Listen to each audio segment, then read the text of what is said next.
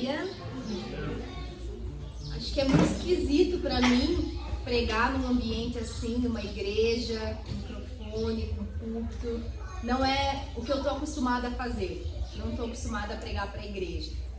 E as poucas vezes que eu acho que eu falei com a igreja foi sobre missões. Mas não é isso que eu vou fazer hoje, tá? Não se preocupe, vocês não vão ouvir muita história hoje. Mas eu creio que hoje Deus tem algo muito importante para ministrar os nossos corações. E vocês lembram o que foi falado nos 2 últimos domingos? Os 2 últimos. Porque a palavra ela fala, Deus ele fala, medita na minha palavra dia e noite. E às vezes a gente vem para o culto domingo, escuta. Mas o que muda depois do culto de domingo? Então, se a gente não consegue lembrar o que aconteceu semana passada, será que nós estamos realmente vivendo aquela palavra? Será que aquela palavra está realmente ministrando nos nossos corações? Nós estamos falando sobre colocando a minha vida em ordem. E nós falamos então sobre a ansiedade e a precipitação. E pode até parecer agora que tá tudo arrumado, tá tudo tranquilo, eu já trabalhei essas 2 coisas, mas talvez tenha mais uma coisinha que Deus queira ministrar nas nossas vidas. E isso se chama a bagunça causada pela falta de limites. Sabe quando você tem que limpar a casa toda? Quando tem uma pilha de roupa para lavar, para passar, quando você está fazendo uma reforma na casa. A nossa casa está em reforma acho que uns 2 meses já, né? Nunca termina. Mas quando acontece esse tipo de situação, o que você faz? Não adianta você ficar olhando para a pilha de louça achando que ela vai se lavar sozinha. Ou esperando que outra pessoa venha e faça por você. Quando você vê algo que precisa ser feito, você precisa tomar uma atitude. Você precisa parar de procrastinar. Amanhã eu faço. E você precisa fazer. E hoje, quero fazer algumas perguntas bem básicas assim, porque nós vamos falar de falta de limites, certo? Então eu quero que você pense, bem rapidinho. Para que servem os limites? Será que é realmente preciso nós termos limites? Os limites, eles nos prendem. Eles dizem, você pode isso, mas você não pode aquilo. Então, por que eu vou deixar a minha liberdade e simplesmente respeitar os limites? E agora eu quero que você levante a mão se você teria coragem de dirigir o seu carro, a sua moto, a sua bicicleta, se não houvesse a legislação de trânsito. Levanta a mão quem teria coragem de dirigir. Aqui em Brasília o povo é corajoso mesmo. O povo dirige diferente. Agora, quem aqui quer pegar um avião sem as leis do tráfego aéreo? Não tem controle aéreo, eu não sei se o piloto é formado ou não, eu não sei se tem outro avião decolando ao mesmo tempo, eu não sei se tem outro avião chegando ao mesmo tempo. Quem quer pegar um avião nessa situação? Aí já perdeu um pouco a coragem, né? Já diminuiu, ninguém levantou a mão, né? Então os limites, eles existem por um motivo, certo? Porém, essas situações, elas são muito óbvias, né? Mas existem alguns limites que por vezes nós ultrapassamos e nós nem percebemos. E esses limites, eles trazem consequências desastrosas, mas nós também não percebemos. E o que nós vamos fazer nessa manhã é falar um pouquinho sobre a vida de Davi. No livro de Samuel, no capítulo 11, o título desse capítulo, gente, é Davi comete um adultério e um homicídio. Então a gente já sabe que vem história boa. E nós vamos ver então como Davi, ultrapassando limites, ele não só afeta a sua vida, mas a vida de várias pessoas ao seu redor. E nós vamos ver alguns tópicos que trazem essa bagunça para a nossa vida e permitem que essa bagunça se instale, mas nós também vamos ver o que fazer para arrumar a bagunça, né? Porque esse é o nosso Deus. Então, toda vez que nós ultrapassamos os limites da humildade, nós trazemos bagunça para as nossas vidas. 2 Samuel 11:1 diz: na primavera, época em que os reis saíam para a guerra, Davi enviou para a batalha Joabe com seus oficiais e todo o exército de Israel. E eles derrotaram os amonitas e cercaram Rabá, mas Davi permaneceu em Jerusalém. Eu não sei vocês, mas quando eu era menor, eu ia para a igreja e o pastor falava sobre Davi, sobre as batalhas, sobre como eles derrotavam todos os exércitos, como Davi e os seus valentes. Eles não precisavam nem do exército todo. Eles derrotavam os mais poderosos inimigos de Israel. Eu ficava impressionada. Mas Davi ganhou uma promoção. Ele virou rei. E ele sabia o exército que ele tinha. Ele treinou, ele batalhou com aqueles homens por tantas vezes. Só que agora que ele ganhou essa promoção, ao invés dele ir para a guerra com seus soldados, ele decide ficar em Jerusalém, no seu palácio. E a Bíblia aqui não fala que existia um motivo para que ele tivesse tomado essa decisão. Ele poderia ter algum compromisso, poderia ter sido uma decisão razoável, certo? Mas a palavra não mostra. Então, se ela não mostra, provavelmente Davi tomou a decisão por si só. Ele mandou a galera para sofrer e ficou lindo bem bom, né? Isso nos mostra que nós vivemos todos os dias a um passo da queda. A minha avó falava assim: para morrer basta estar vivo, e para cair basta estar em pé. E ainda diz em Provérbios 16:18 que o orgulho vem antes da destruição e o espírito altivo antes da queda.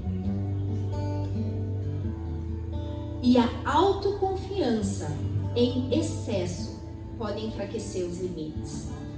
Quando Davi era só um soldado, ele era um soldado. Mas quando ele se torna o rei, agora eu sou o rei, agora eu sou o todo-poderoso, agora quem manda sou eu.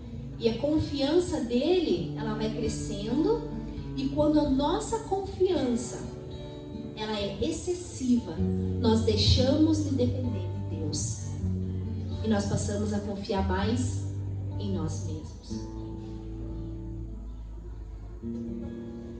E a Bíblia ainda diz: maldito é o homem que confia no homem. Mas mesmo assim, às vezes, nós preferimos confiar em nós mesmos. Em 2 Samuel 11:2 e 3, nós vamos ver Davi ultrapassando os limites do bom senso. Bom senso é um negócio assim que o nome já diz tudo, né? É bom. Então, se é um bom senso, a gente deveria utilizar, né? Mas ó o que Davi faz. Uma tarde, Davi levantou-se da cama e foi passear pelo terraço do palácio. Do terraço, viu uma mulher muito bonita tomando banho e mandou alguém procurar saber quem era. Disseram-lhe: é Batseba, filha de Eliã e mulher de Urias, o hitita. Então lembra que Davi ele não foi para a guerra. Ele ficou em casa, ficou no palácio. E está falando aqui, uma tarde ele se levantou. Então ele não levantou de manhã, não fez o devocional do Carlito Paz, ele não orou pelo exército, ele dormiu. E ele levantou, foi passear e ele avista então essa mulher. E uma coisa muito importante que a gente vê aqui é que a nossa batalha ela começa onde? Na nossa mente. Porque Davi viu a mulher tomando banho e começaram então a surgir pensamentos. E ele procura saber quem era essa mulher. Se ele tivesse ido para a guerra para começar, a gente nem ia ter esse tópico da mensagem. Já tinha acabado. Porque ele teria ido para a guerra, não teria acontecido. Né? Mas é aí que Davi começa a descer ladeira abaixo. Romanos 8,13 fala que nós devemos matar os desejos da nossa carne.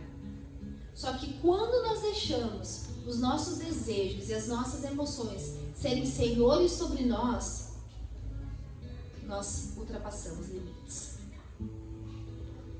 Uma outra forma com a qual nós bagunçamos as nossas vidas é quando nós ultrapassamos os limites da razão.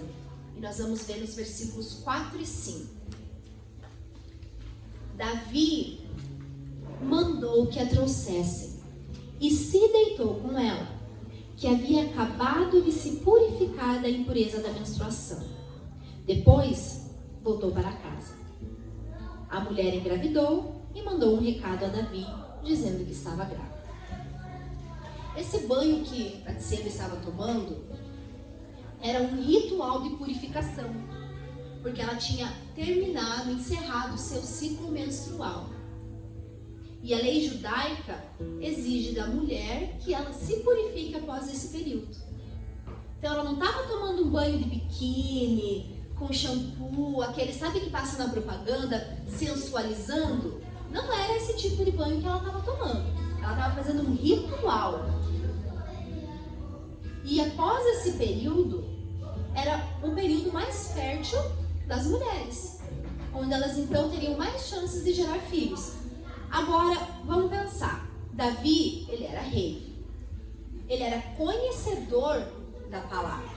Ele tinha muito mais conhecimento do que o povo comum.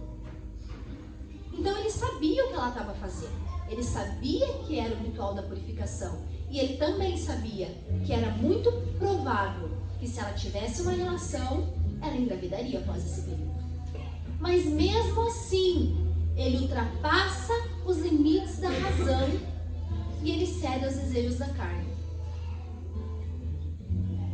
O pecado, ele nos cega.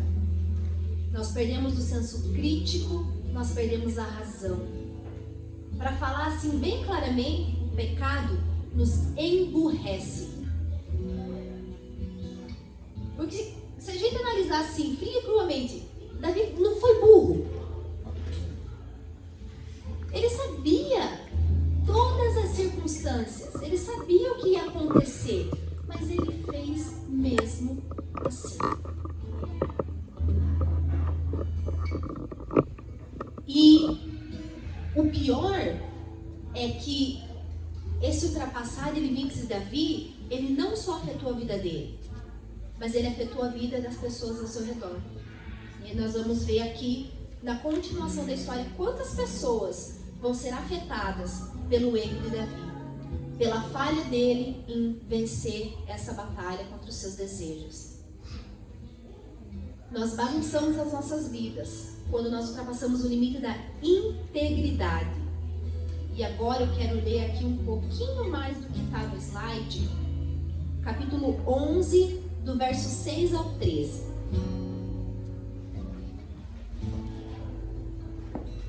Presta atenção nas atitudes de Davi. Então Davi enviou a Joabe dizendo: envia-me Urias, o heteu.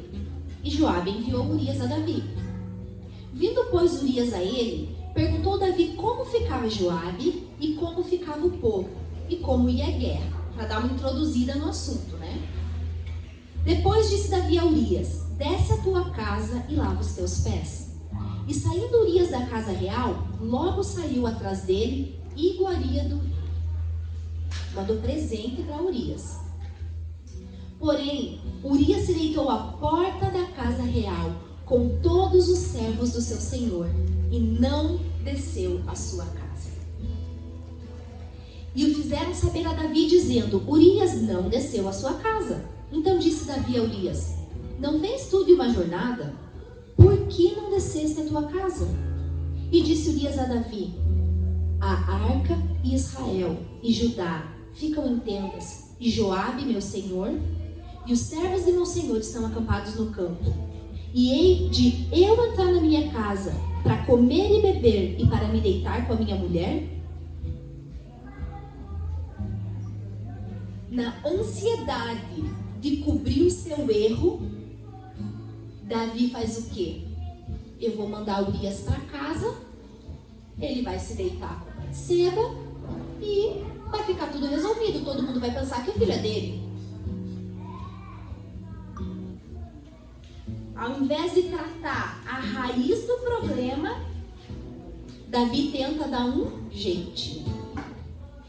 E toda tentativa de organização que não considera a verdadeira bagunça, a verdadeira causa da desordem, ela provoca mais bagunça. É por isso que a Bíblia diz que um abismo gera outro abismo. Só que sabe o que acontece muitas vezes? A gente comete um erro, nós ficamos tão envergonhados que ao invés de consertar o nosso erro, nós tentamos encobrir. Exatamente como fez Davi. Se ele tivesse se arrependido logo no comecinho, a gente podia parar aqui. Não tinha o restante da mensagem, que é mais ladeira abaixo. Mas Davi, então, ele vai usar todos os recursos ao seu dispor para tentar encobrir aquilo que ele fez. Só que não funcionou, porque Urias, ele foi íntegro. Ele agiu com caráter, ele não ultrapassou os limites. E isso acabou atrapalhando Davi. E quando nós tentamos gerenciar a nossa vida sem arrumar essa bagunça, é fracasso. E é exatamente isso que nós estamos vendo. Davi vindo com soluções que só na mente dele funcionariam, porque ele já perdeu a razão, ele já foi emburrecido pelo seu pecado, mas ele continua tentando. E por último,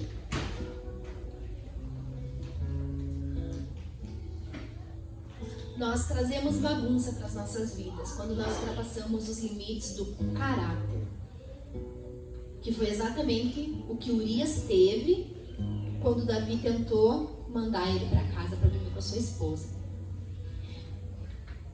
E aí que nós chegamos no ápice da história. De manhã, Davi enviou uma carta a Joabe por meio de Urias, e nela escreveu: põe Urias na frente e deixe-o onde o combate estiver mais violento, para que seja ferido e morra.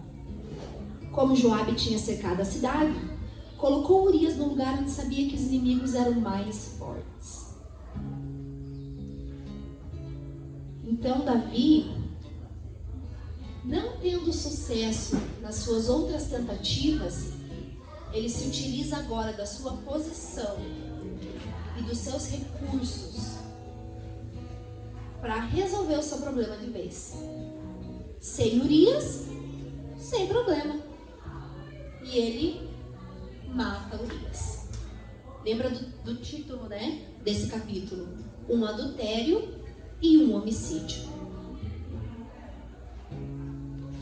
Eu não sei se na mente dele ele achava que estava tudo certo. Porque, pelo menos pra gente, sabendo a história, fica nítido que não tá nada certo. Mas ele pensou que ia ficar tudo bem. Ele esperou o luto de Batseba passar, esperou baixar um pouco a poeira, para ele poder se casar com ela. Naquela época ainda não tinha exame de gravidez. Hoje a gente sabe, eu tô de 3 semanas, tô de 3 semanas e 5 dias. A Nanda sabe 28. Exatamente, 28 semanas. Naquela época, Davi ainda, se Urias não tivesse morrido, ou se ele tivesse morrido, como que eles iam provar que realmente era o filho de Davi ou de Urias? Não tinha DNA, ia ficar uma confusão,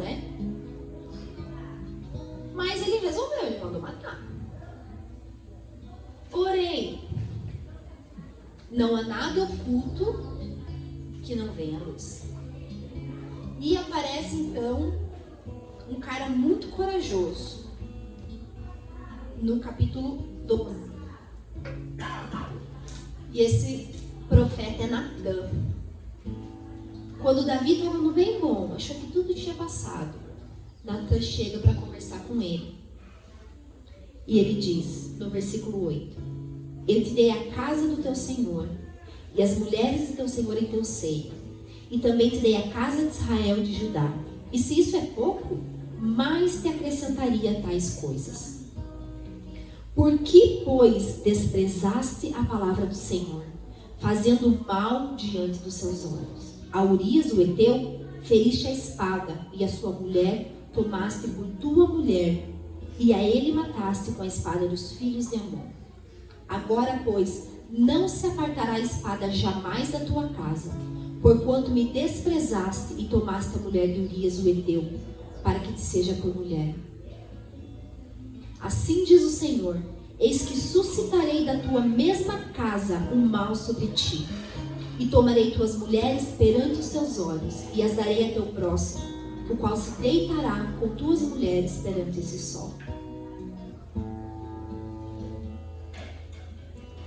O erro de Davi atingiu a ele mesmo, lógico, mas atingiu a Urias, aos pais, irmãos, familiares de Urias, Batseba, perdeu seu esposo, sabia que tinha errado, mas ela não tinha opção, era o rei. E agora Davi atrai sobre a sua casa a ira do Senhor, porque ele não conseguiu dominar a sua fraqueza, mas ele deixou que a fraqueza dele fosse o Senhor sobre a vida dele. Pensa comigo. Se quando Davi começou a ter aqueles pensamentos, ele tivesse procurado o profeta e pedido ajuda, será que a história teria sido a mesma?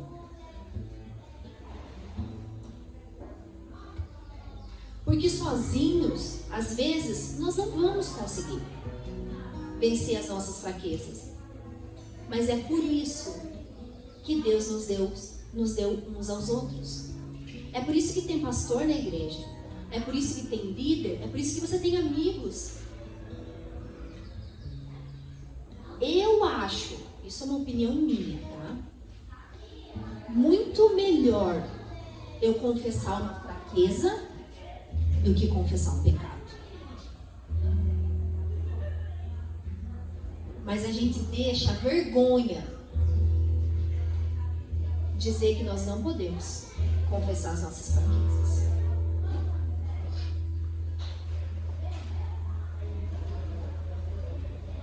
Eu acho que esse foi o ponto que mais ministrou no meu coração.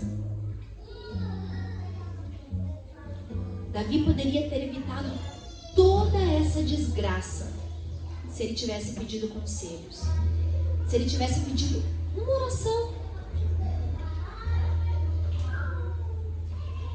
Mas ele não foi humilde, ele tinha sua autoconfiança tão elevada e ele achou que ele ia dar conta do recado. Ele achou que ele ia fazer tudo acontecer e que no final tudo ia dar certo. Então eu quero que você pense, se você tem se utilizado desse recurso que Deus nos deu, de ter pessoas ao nosso lado para nos ajudar.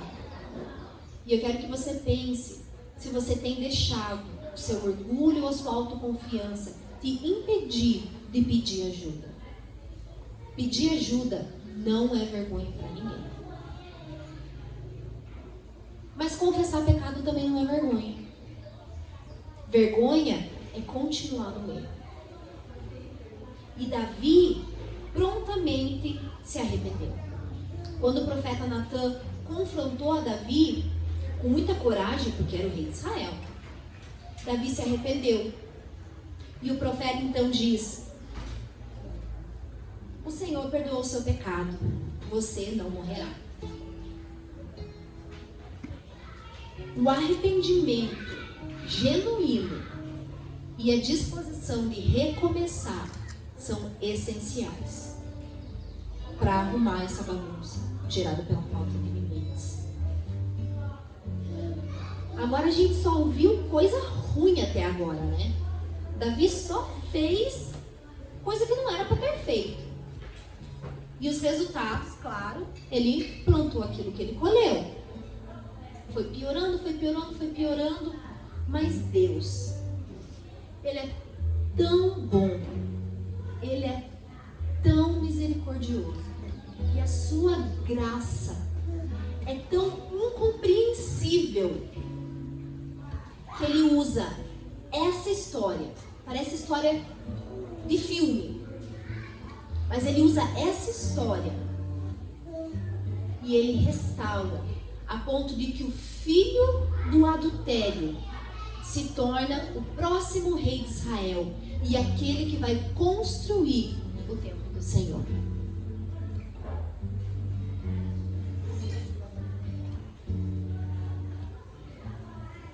Normalmente, nas igrejas, existe uma diferenciação, uma classificação de pecado. Então, mentira, aqui. Roubo, tá um pouco mais pra cima, é pior, né? Assassinato, tá bem pra cima. E adultério ou imoralidade sexual, qualquer coisa envolvida com sexo, nossa, é o pior. Não dá. Se você fez esse pecado, acabou, não tem o que fazer. Eu já ouvi muito isso. A minha vida toda na igreja, eu já ouvi muito isso. E o que Davi fez? Ele matou e ele adulterou. E bastou ele se arrepender para o Senhor não só perdoá-lo, como restaurar a sua vida e a sua descendência também. Salomão, que era para ser morto, viveu como rei de Israel e teve a honra de construir o templo do Senhor, que Deus não permitiu Davi construir, mas Salomão fez. Mas Deus é bom, certo? Então Ele nos ensina princípios para que nós possamos arrumar essa falta de limite que pode ser gerada por falta de humildade, bom senso, razão, integridade e caráter. Para a gente ser bem sincero, você não precisa nem ser um bom cristão para se utilizar desses atributos, né? Se você quiser ser um bom cidadão, um bom pai de família, uma boa mãe, você precisa seguir tudo isso. Agora, para ser um seguidor de Cristo e testemunho da sua glória, não precisa nem ir muito fundo nas escrituras para saber que é essencial.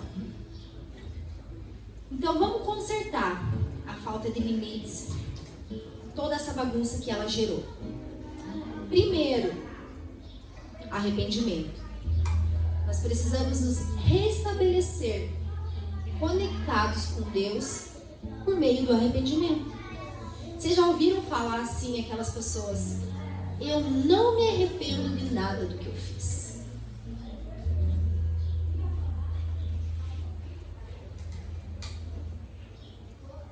Eu vou falar. Para um seguidor de Cristo, um discípulo de Cristo, essa frase não combina. Se você ama a Deus de todo o teu coração, de toda a tua alma, com todo o teu ser, não é possível que você não se arrependa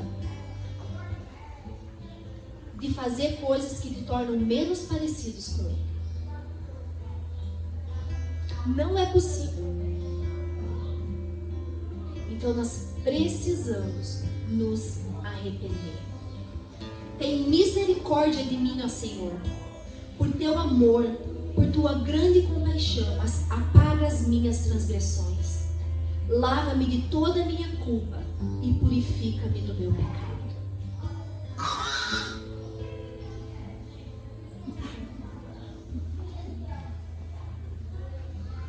nós precisamos contar com a ajuda de Deus para que esse processo de restauração aconteça. Quando você está com dor no dente, você faz o quê? Vai no dentista. Quando você está precisando arrumar o seu carro, você vai no lugar certo. Como filho de Deus, você precisa correr para os braços do Pai. Como vaso, você precisa do oleiro para te moldar e para te restaurar. Eu preciso. Sei que desejas a verdade no íntimo e no coração me ensinas a sabedoria. Purifica-me com isopo e ficarei puro. Lava-me e mais branco do que a neve serei. Sonda-me, ó Deus, e conhece o meu coração. Prova-me e conhece as minhas inquietações. Vê se em minha conduta há algo que te ofenda e dirige-me pelo caminho eterno.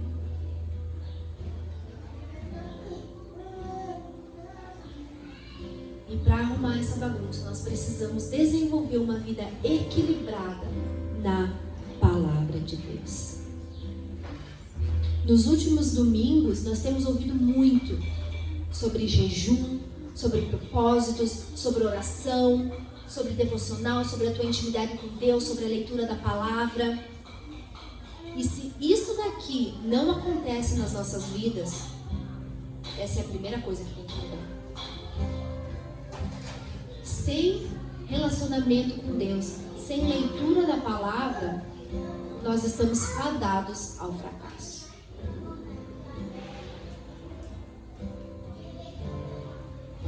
E nós precisamos valorizar a presença de Deus e do Espírito Santo nas nossas decisões.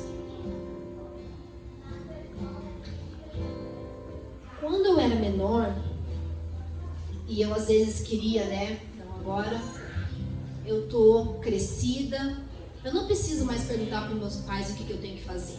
Eu vou tomar as minhas próprias decisões. Gente, se não foi 100%, foi 98% das vezes que eu me dei mal. E eu tô falando dos meus pais terrenos. Eles também cometem erros. Eles poderiam ter me dado ali uma direção que talvez não fosse a melhor. Mas nós estamos falando de Deus. Só Ele sabe a melhor forma de te conduzir nesse processo. De me conduzir nesse processo.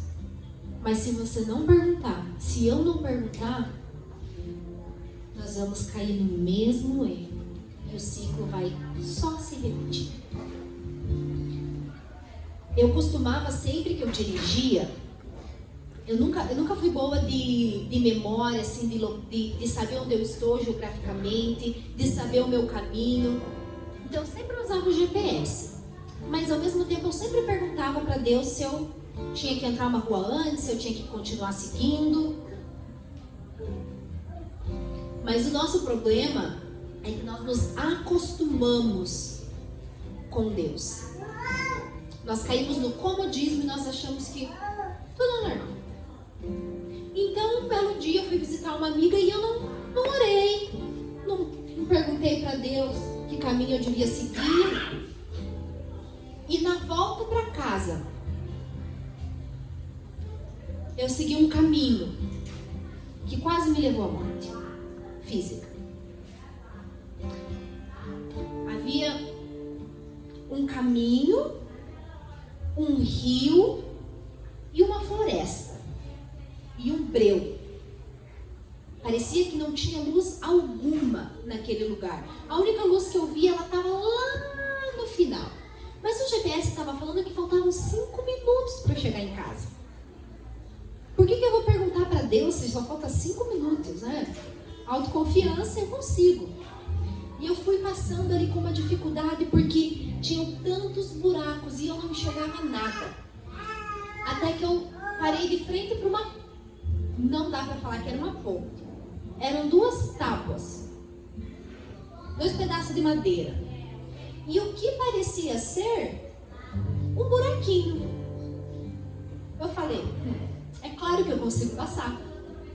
Entrei no carro e fui.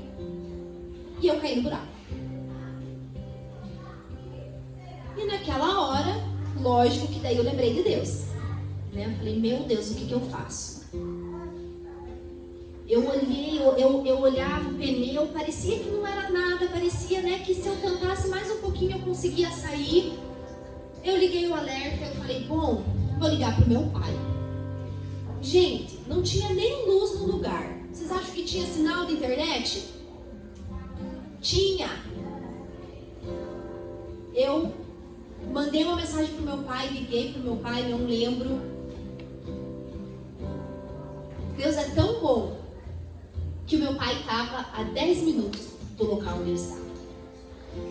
Ele estava fazendo um seminário de libertação com a minha mãe e eu na casa da minha amiga. E ele falou, fica aí que em 10 minutos eu estou chegando. Eu liguei o alerta, sentei no meu carro e fiquei. Imaginando todas as formas pelas quais eu poderia morrer. E eu ficava olhando para ver da onde viria o meu assassino. Mas estava tranquila, por enquanto. E eu vi então uma luz se aproximando por trás do meu carro. E era o meu pai. Quando ele desceu do carro correndo, eu desci do carro. Eu abracei ele. E aí eu comecei a chorar.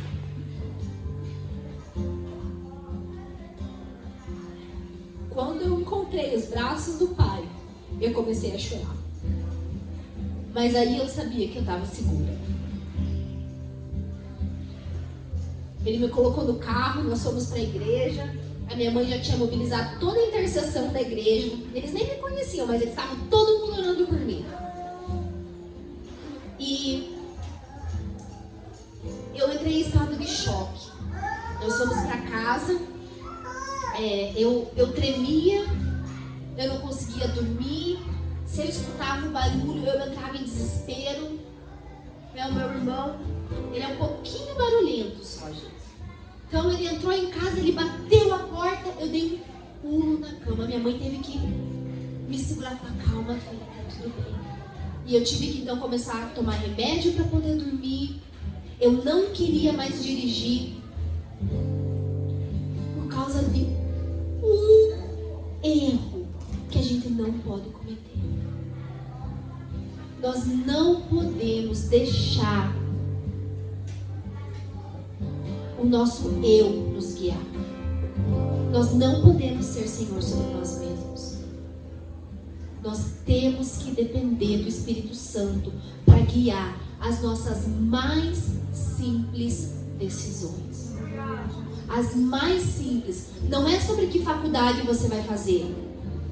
Não é só, Senhor, eu compro uma casa ou não compro. Senhor, eu tenho segundo filho ou não tenho. As coisas mais simples. Senhor, agora eu vou no mercado ou eu fico em casa? Eu compro batata ou eu compro repolho? Parece bobo. Mas ou a gente tem uma vida com Deus ou a gente não tem. Ou você procura Deus só quando você precisa, ou você é filho. E toda vez que a gente sai, a gente ora. Não precisa a gente ajoelhar e orar, Senhor, o que queres de mim agora que estou indo à rua? É coisa simples, gente. Deus é simples. Ele é prático. Essa semana nós fomos passear na feira. Nem lembro o que a gente foi fazer.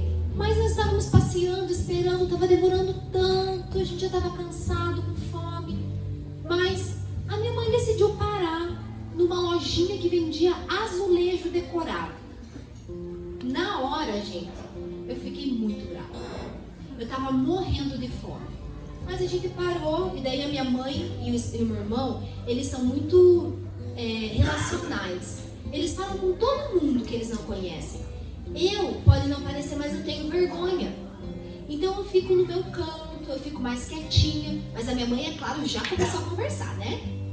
E daí ela descobriu que a moça era cristã, que ela era da tal igreja, e papo vai, papo vem. A gente descobre porque a gente parou na lojinha do azulejo. O rapaz que estava do lado entregando o panfleto conhecia Jesus, era filho, servia, mas se afastou do pai. E sentada ali na lojinha do azulejo, nós começamos a conversar com esse rapaz. E convidá-lo para ir para o Redenção. Não sei quantos conhecem, mas o menino ficou super interessado. O menino já está mandando mensagem, já está procurando para ir, porque a gente foi na loja do azulejo. Então não é só sobre as nossas vidas que nós precisamos perguntar para o Espírito Santo, pedir a direção e que Ele nos guie. Porque assim como os nossos erros, eles afetam outras pessoas, os nossos acertos também.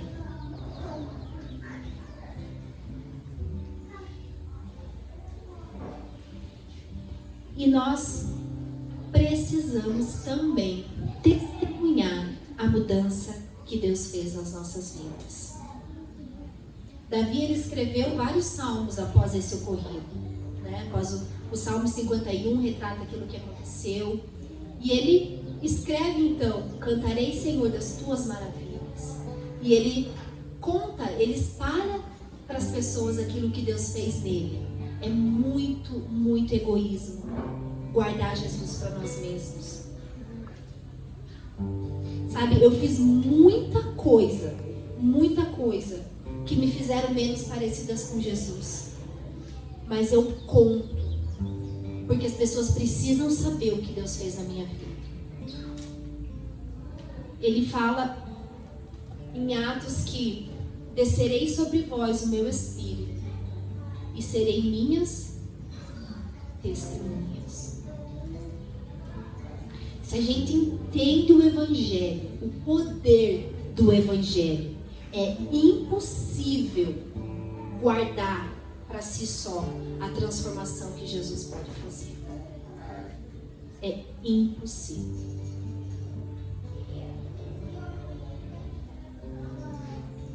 Os sacrifícios que agradam a Deus são um espírito quebrantado, um coração quebrantado e contrito, ó Deus, não desprezarás. Venham a mim todos os que estão cansados e sobrecarregados, e eu lhes darei descanso. Quantas vezes você já ultrapassou os limites que Davi ultrapassou? Quais têm sido, não quais foram, as consequências disso? E é muito fácil agora a gente encerrar a mensagem, dar oferta, conversar com os amigos, organizar a igreja e ir embora. Mas Deus, Ele só ministra nos nossos corações, Ele só nos mostra coisas para que Ele possa nos ajudar, para que nós possamos correr para os braços dEle e falar: eu preciso de ajuda. E eu quero então te convidar a ficar em pé, a sair um pouquinho do conforto, fechar os teus olhos e perguntar para o Espírito Santo. Se você já não sabe, porque eu sei que tem pessoas que sabem exatamente pelo que elas precisam orar e qual tipo de ajuda que elas precisam pedir. Mas se você não sabe, eu quero te desafiar a não ficar vagando nesse momento, mas perguntar para Deus em qual dessas áreas você ultrapassou os seus limites. Se é no teu caráter que você precisa de ajuda, se é na humildade, na razão, se é uma fraqueza que você tem tido e você precisa mesmo de ajuda, porque você não quer cair, você não quer chegar no fundo do poço como Davi chegou. Então feche os teus olhos e vamos todos pensar, porque o Senhor, Ele não traz uma palavra só para trazer uma palavra, porque tem que ter palavra no culto, né? Se não tiver pregação no culto, o que vai ter? Só louvor, só oração? Tem que ter pregação. Mas se Deus, Ele separou esse dia, e se Ele te trouxe aqui nessa manhã, é porque algum aspecto, pode não ser tudo, mas algum aspecto dessa mensagem Ele quer tratar nos nossos corações. Espírito Santo, nós te convidamos agora ser Senhor sobre nós. Que todos os nossos pensamentos sejam levados cativos a Ti. E que nós possamos agora ouvir apenas a Tua voz. E nós queremos, Pai, sair daqui diferentes do que nós entramos. Sim, Deus. Nós não admitimos mais não sermos transformados por Ti. Não nos parecermos a cada dia mais contigo. Então vem e ministra aos nossos corações agora. O que o Senhor quer falar conosco sobre essa mensagem? Em qual área eu preciso crescer? Em qual área eu preciso melhorar? Qual é o pecado que está me cegando?